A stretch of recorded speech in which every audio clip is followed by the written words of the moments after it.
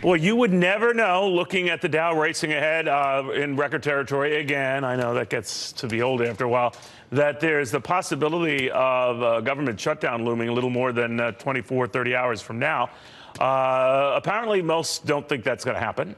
I wonder if my next guest agrees. Louisiana Senator Bill Cassidy, Republican senator. Is that going to happen? The markets don't seem to think it will.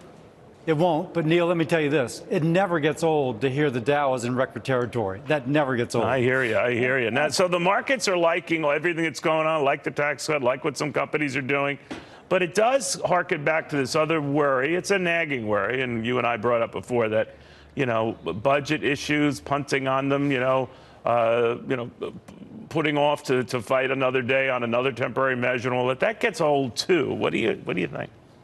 I think it's completely understandable. The tax reform bill has taken such bandwidth. And sure, folks were simultaneously working on the budget.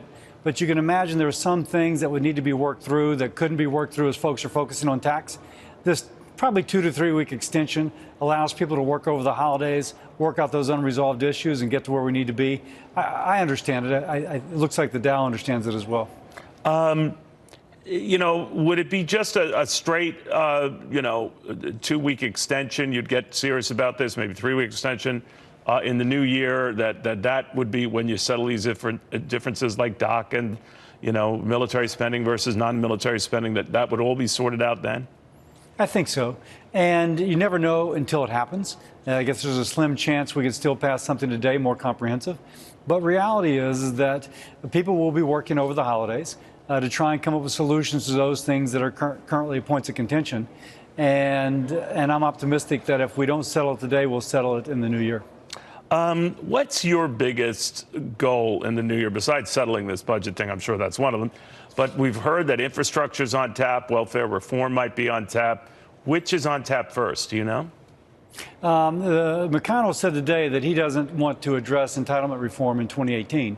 And the president has continuously made a priority of infrastructure spending. So I think that if you just go by that logic, then infrastructure will be up first. But there's things that are always pressing on us. Obamacare, obviously people can't afford their premiums, middle-class voters. We did repeal the individual mandate. That's gone. Big portion of Obamacare is gone. But we still have to help those middle-income families who can't afford their Obamacare policies. Other things as well. So we'll have a full agenda. Are you surprised, Senator, by the number of companies that have come out and committed to put this cash to work beyond just for their shareholders? I am so totally not surprised.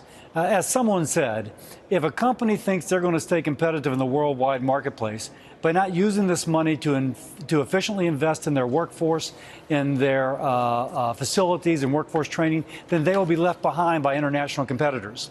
And so for all the folks that said companies will just do stock buybacks, yes, they will. They always have, as your previous guest said.